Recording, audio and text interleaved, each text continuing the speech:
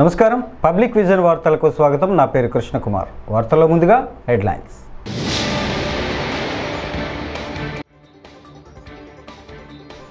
మచిలీపట్నంలో స్వచ్ఛతా హీ సేవా కార్యక్రమం చీపురు పట్టిన సీఎం చంద్రబాబు.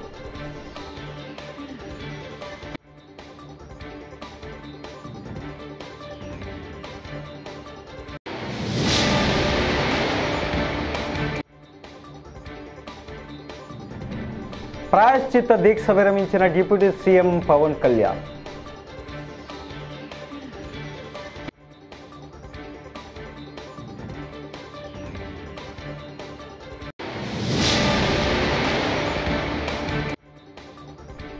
నాలుగు నెలల్లోనే చంద్రబాబు సర్కార్పై ప్రజల్లో తీవ్ర వ్యతిరేకత వచ్చిందని వైఎస్ జగన్మోహన్ రెడ్డి వ్యాఖ్య.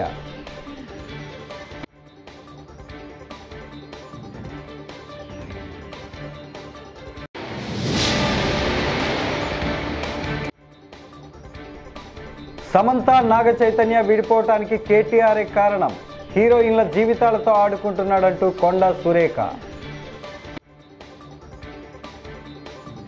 ఇక డీటెయిల్స్ చూస్తే, ఏపీలోని కృష్ణా జిల్లా మచిలీపట్నంలో పర్యటించిన సీఎం చంద్రబాబు నాయుడు గాంధీ జయంతి సందర్భంగా ఇక్కడ నిర్వహించిన స్వచ్ఛతా హీ సేవ కార్యక్రమంలో పాల్గొన్నారు. పారిశుద్ధ్య కార్మికులు విద్యార్థులతో కలిసి స్వయంగా చీపురు పట్టి ఊడ్చారు. అనంతరం పారిశుద్ధ్య కార్మికులతో మాట్లాడిన ముఖ్యమంత్రి వారి సమస్యలను అడిగి తెలుసుకున్నారు. అలాగే నేషనల్ కాలేజీ ప్రాంగణంలో గాంధీ విగ్రహానికి సీఎం చంద్రబాబు నివాళి అర్పించారు. ఈ సందర్భంగా స్వాతంత్రం కోసం గాంధీజీ చేసిన పోరాటాన్ని గుర్తు చేశారు. బాపూజీ స్ఫూర్తితోనే స్వచ్ఛ భారత్ కార్యక్రమం తీసుకురావటం జరిగిందన్నారు. మన పరిసరాలు శుభ్రంగా ఉంటేనే మనం ఆరోగ్యంగా ఉంటామని చంద్రబాబు తెలిపారు.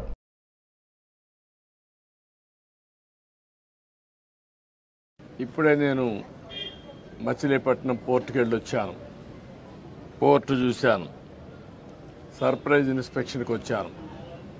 దగ్గర 3,669 కోట్ల రూపాయల ఖర్చుతో పీపీపీ మోడల్లో ఈ ప్రాజెక్టు పూర్తి అవ్వాలి. అక్టోబర్ 2025కే పూర్తి చేయాల్సిన అవసరం ఉంది. కానీ పనులు మాత్రం 26% ఇప్పటికి పూర్తయినాయి. 24% 865 కోట్ల రూపాయల వర్త్ పనులు పూర్తయినాయి. రేపు ఎల్లుండో డెవలపర్ పిలిపించి గట్టిగా చెప్తాను. చెప్పి ఎట్టి పరిస్థితుల్లో 25కు పూర్తయ్యేట్టుగా ఈ ప్రాజెక్ట్ని స్పీడప్ చేస్తాం. దీంట్లో కూడా నేను అక్కడ పోయినప్పుడు ఒక నోటు కూడా ఇచ్చారు, చూశాను. గవర్నమెంట్ ల్యాండ్ ఒక 32 ఎకరాలు ఇవ్వాలి. ఒక 6 ఎకరాల 36 సెంట్లు అక్వైర్ చేయాలి. మొత్తం కలిసి ఈ ప్రాజెక్టుకి 38 ఎకరాల 36 సెంట్లు ఇవ్వాలి. అది కూడా కలెక్టర్ చెప్పాను. ఆ వర్క్ కూడా ఇమ్మీడియట్ కంప్లీట్ చేస్తారు. ఇది అయిన తర్వాత ఇక్కడ మొత్తం స్టార్టింగ్ 4 బర్తలు వస్తాయి. అల్టిమేట్గా మాస్టర్ ప్లాన్లో 16 వరకు వెళ్ళే అవకాశం ఉంటుంది. ఫైనల్ ప్రాజెక్టులో 3,696 ఎకరాలు ల్యాండ్ కూడా కావాలి. ఇప్పుడిప్పుడే స్పీడప్ అవుతుంది. దీన్ని పూర్తిగా ఇంకా స్పీడప్ చేసి మళ్ళీ ఈ ప్రాజెక్టు పూర్తయితే మచిలీపట్నానికి ఒక అభివృద్ధికి దోహదం చేసే అవకాశం వస్తుంది. రెండోది కూడా ఇది రాజధాని పోర్ట్. ఇది అమరావతికి దగ్గరుండే పోర్టు. ఒక 45 నిమిషాలు, 1 గంటలో ఇక్కడికి వచ్చే అవకాశం ఉంటుంది. కాబట్టి ఈ పోర్ట్ని అన్ని విధాలు అభివృద్ధి చేసుకుంటే ఈ ప్రాంత. తిరుమల శ్రీవారి లడ్డు కల్తీ నేపథ్యంలో ఏపీ డిప్యూటీ సీఎం జనసేన అధినేత పవన్ కళ్యాణ్ ఇటీవల 11 రోజుల పాటు ప్రాయశ్చిత్త దీక్షను చేపట్టిన విషయం తెలిసిందే. ఇవాళ తిరుమల స్వామివారిని దర్శించుకున్న ఆయన దీక్షను విరమించారు. శ్రీవారి సేవలో పాల్గొన్న ఆయనకు గొల్ల మండపంలో పండితులు వేదాశీర్వచనం చేశారు. జనసేనానికి టీటీడీ అధికారులు స్వామివారి తీర్థ ప్రసాదం చిత్రపటం అందజేశారు. కాగా పవన్ తన 2 కుమార్తెలు ఆద్య, పోలేనా అంజనాతో పాటు దర్శకుడు త్రివిక్రమ్ శ్రీనివాస్, ఆర్ట్ డైరెక్టర్ ఆనంద సాయితో కలిసి స్వామివారి సేవలో పాల్గొనడం జరిగింది.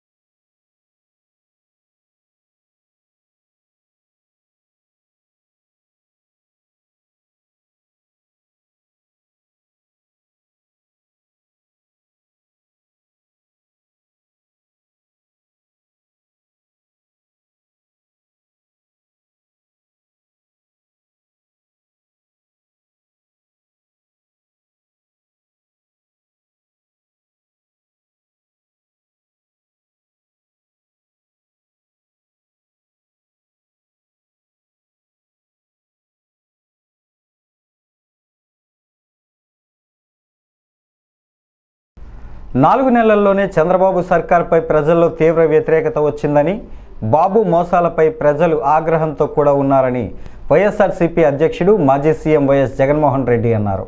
బుధవారం ఆయన పార్టీ అనుబంధ విభాగాల నేతలతో సమావేశమయ్యారు. రానున్న రోజుల్లో పార్టీ నిర్వహించాల్సిన కార్యక్రమాలపై చర్చించారు. ఈ సందర్భంగా ఆయన మాట్లాడుతూ చంద్రబాబు దుష్ట రాజకీయాలపై మండిపడ్డారు. ఆ దిశగా అడుగులు సీరియస్గా వేస్తూ ఉన్నాం. ఇప్పటికీ 4 నెలలు అయిపోయింది.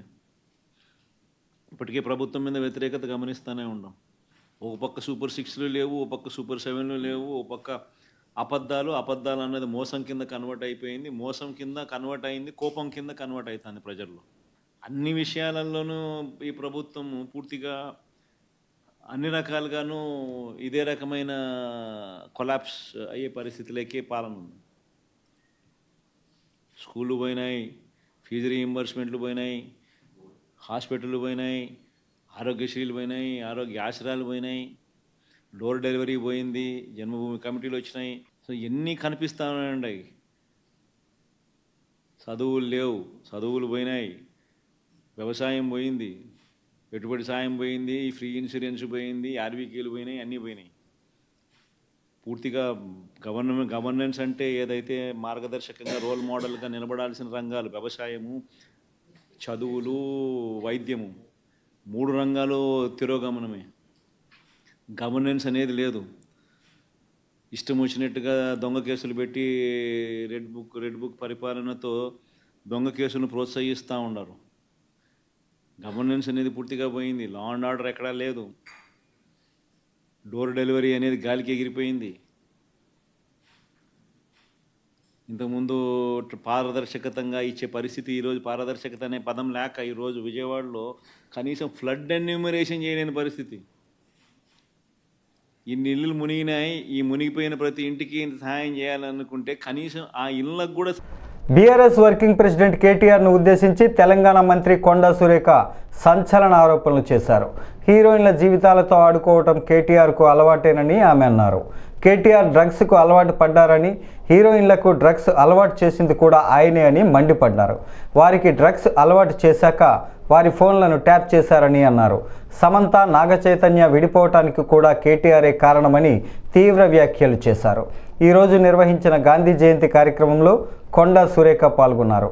అనంతరం ఆమె మీడియాతో మాట్లాడుతూ పై వ్యాఖ్యలను చేశారు. చేసుకొని సినిమా ఫీల్డ్ నుంచి తప్పుకోవడానికి కారణం కూడా కేటీఆరే. ఆయన ఆ రోజు మత్తు పదార్థాలకు అలవాటు పడి వాళ్ళను కూడా మత్తు పదార్థాలకు అలవాటు చేసి రేవ్ పార్టీలు చేసుకొని మదమెక్కి వాళ్ళ జీవితాలతో ఆడుకొని బ్లాక్ మెయిల్ చేసి వాళ్ళను ఇబ్బంది పెట్టినటువంటి వ్యక్తి కేటీఆర్. అది అందరికీ కూడా తెలుసు, సినిమా ఫీల్డ్ లో అందరికి తెలుసు, అది ఓపెన్ రహస్యము. ఎందుకేడు దొంగ పట్ల నా మీద వ్యక్తిగతంగా నా క్యారెక్టర్ అసోసియేషన్ చేసినప్పుడు నేను ఎందుకు దొంగ ఏడుపులు ఏడుస్తాను? నువ్వు ఎవరి మీద వచ్చినప్పుడు ఏడిస్తే ఏదో నాటకం చేసినట్టు నా క్యారెక్టర్ అసాసినేషన్ చేస్తారు, నా మీద అసభ్యకరమైనటువంటి పోస్టులు పెడతారు.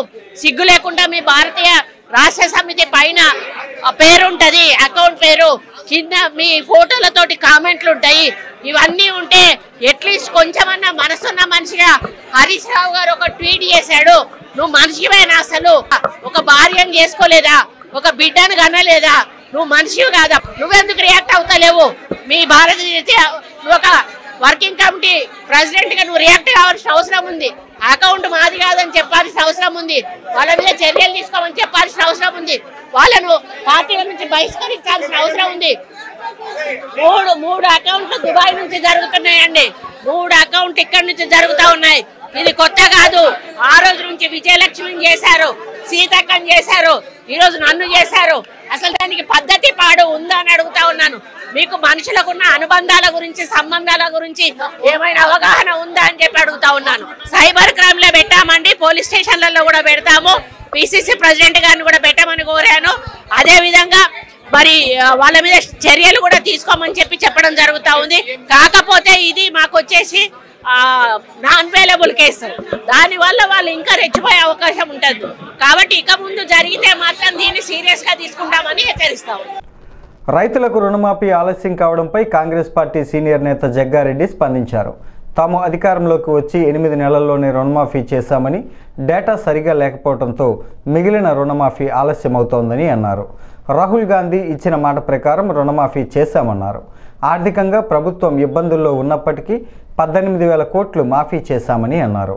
దాచుకోవటానికి ఏమీ లేదని, డేటా సరిగా లేకపోవడం వల్లే మిగిలిన రుణమాఫీ కాలేదని ఆయన అన్నారు. 18,000 కోట్ల రూపాయలు 8 నెలల లోపు 2 లక్షల రూపాయల లోపు ఉన్నటువంటి రైతులకు రుణమాఫీ చేయడం జరిగింది. ఇంకా 12,000 కోట్లు ఇంకా మాఫీ కావాలి. దానికి సంబంధించిన డాటా ఇన్ఫర్మేషన్ కరెక్ట్గా లేకపోవడం వల్ల ఆ 12,000 కోట్లు లేట్ అవుతుంది అనే విషయాన్ని అనేక సందర్భాల్లో కాంగ్రెస్ పార్టీకి సంబంధించిన క్యాబినెట్ మినిస్టర్లు కానీ ముఖ్యమంత్రి గారు కానీ చాలా స్పష్టంగా చెప్పడం జరిగింది.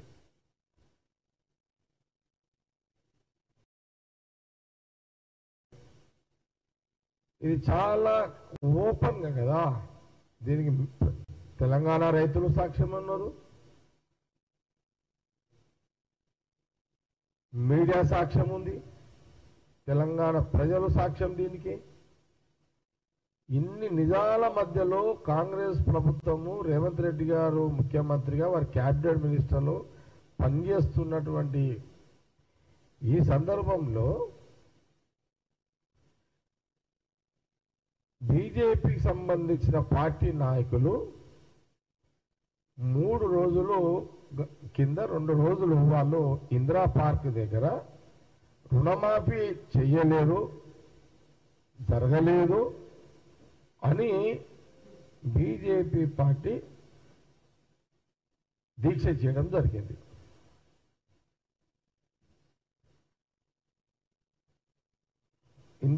ఇంత ఆర్థిక ఇబ్బందులలో విడిచిపెట్టిపోయిన జాతిపిత మహాత్మా గాంధీ జయంతిని పురస్కరించుకొని నగరంలో ఉన్న గాంధీ విగ్రహానికి నివాళులర్పించేందుకు ఏపీసీసీ చీఫ్ వైఎస్ షర్మిలారెడ్డి విశాఖకు వచ్చారు. ఈ సందర్భంగా ఎయిర్పోర్ట్లో షర్మిలకు కాంగ్రెస్ కార్యకర్తలు ఘన స్వాగతం పలికారు. అనంతరం షర్మిల మీడియాతో మాట్లాడుతూ తిరుమల లడ్డూ విషయంపై సుప్రీంకోర్టు చేసిన వ్యాఖ్యలను బట్టి చూస్తే ఈ వ్యవహారాన్ని కేంద్రం దర్యాప్తు చేయాలని అన్నట్లుగా ఉందన్నారు.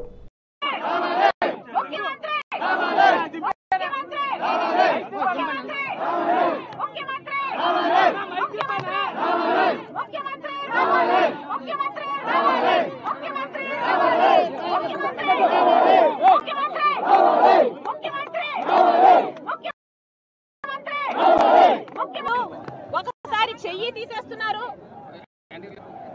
ఇది అవిటి ప్రాజెక్టు, ఇది కుంటి ప్రాజెక్టు,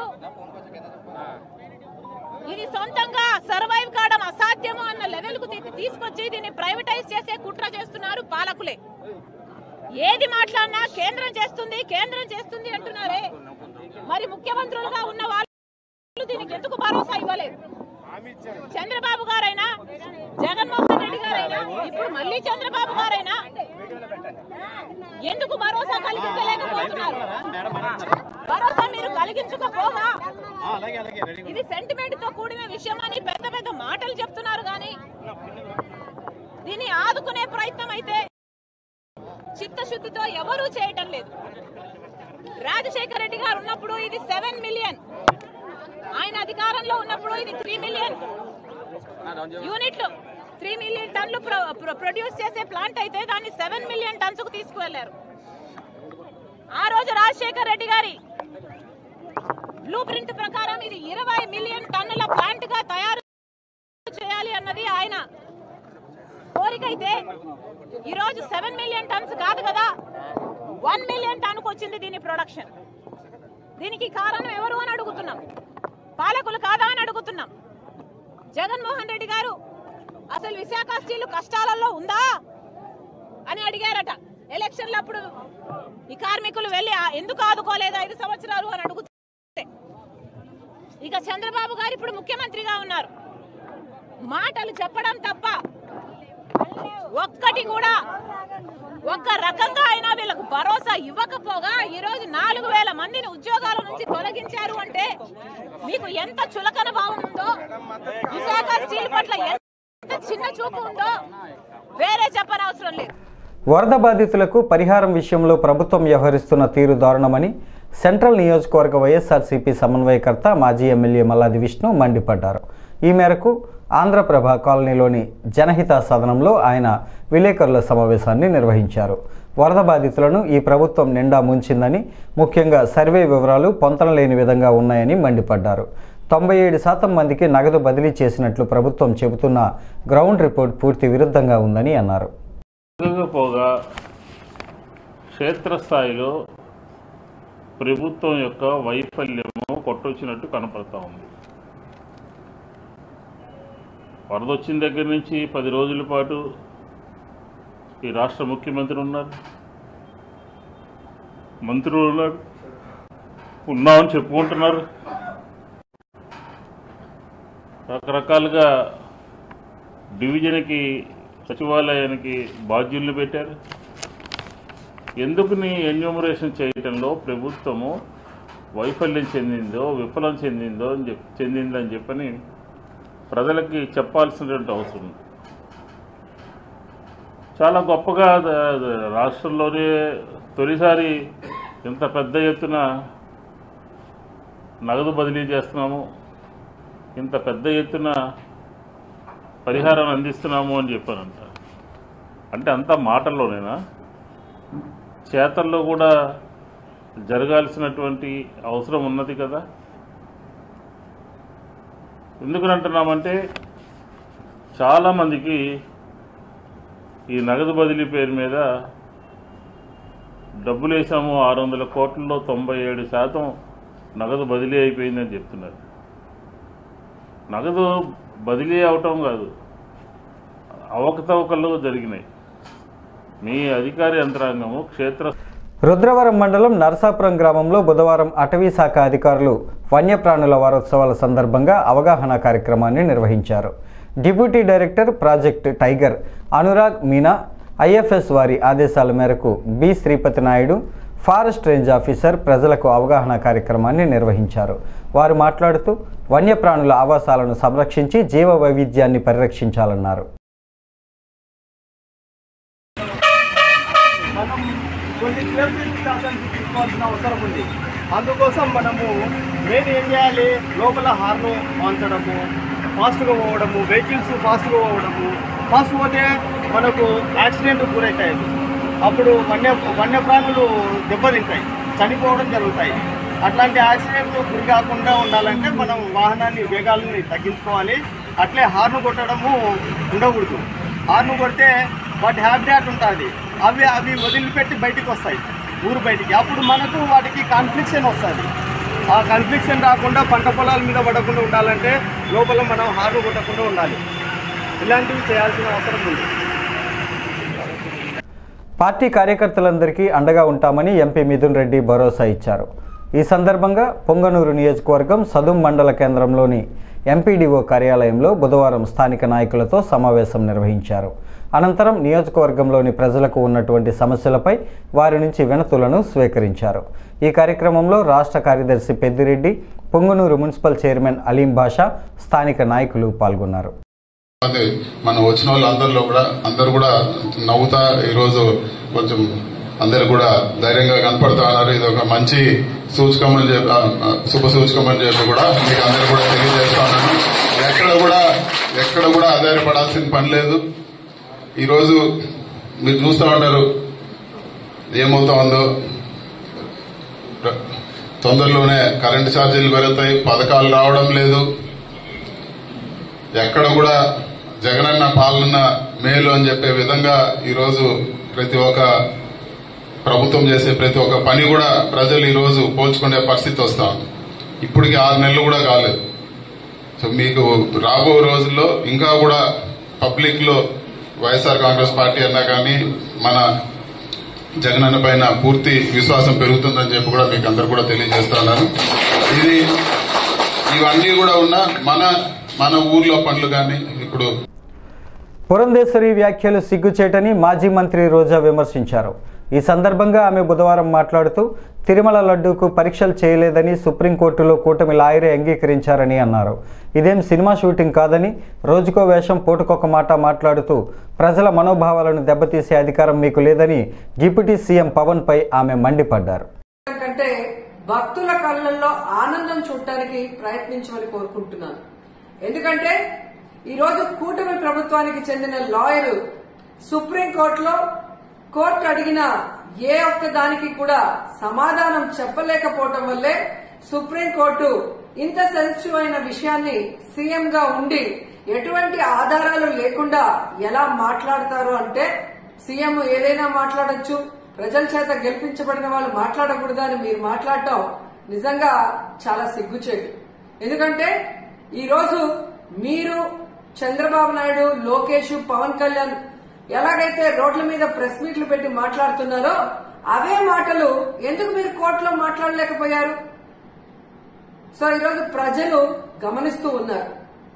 ఎటువంటి ఆధారాలు లేకుండా లడ్డూలో టెస్ట్ చేయలేదని మీ లాయర్ చెప్పిన తర్వాత, ఎటువంటి ఇన్వెస్టిగేషన్ జరగకుండా చంద్రబాబు నాయుడు పవిత్రమైన తిరుమల లడ్డూ మీద అంత పెద్ద నింద వేసి మరి మత కల్లోలాలు సృష్టించే పరిస్థితి వచ్చినప్పుడు సుప్రీంకోర్టు అడగటంలో ఏం తప్పుందని నేను అడుగుతున్నాను. ఈరోజు మీరు బీజేపీ ఆయిల్ పామ్ రైతులకు తెలంగాణలో వలె గిట్టుబాటు ధర కల్పించాలని ఆంధ్రప్రదేశ్ రైతు సంఘం రాష్ట్ర సహాయ కార్యదర్శి కె శ్రీనివాస్ డిమాండ్ చేశారు. బుధవారం ఏలూరు అన్నే భవనంలో ఆయిల్ పామ్ రైతుల సమస్యలపై ఆయన మాట్లాడారు. ఆయిల్ పామ్ టన్ను గెలకు ఇచ్చే ధర తెలంగాణ కంటే ఆంధ్రాలో తక్కువ ధర ఉండటం వల్ల మన రాష్ట్ర ఆయిల్ పామ్ రైతులు నష్టపోతున్నారని ఆందోళన వ్యక్తం చేశారు. కె శ్రీనివాస్, ఆంధ్రప్రదేశ్ రైతు సంఘం రాష్ట్ర సహాయ కార్యదర్శి. ఈరోజు రాష్ట్రంలో 5,60,000 ఎకరాల పైగా ఆయిల్ ఫామ్ పంట సాగు అవుతా ఉన్నది. అయితే ఇవాళ ఆయిల్ ఫామ్ రైతులకి సరైన ధర రాకపోవడం వల్ల ఆయిల్ ఫామ్ రైతులు నష్టపోతా ఉన్నారు. ఇప్పటికీ ఏలూరు జిల్లాలో దేశంలోనే అత్యధికంగా ఆయిల్ ఫామ్ పంట సాగు చేస్తున్న జిల్లాగా ఉన్నది.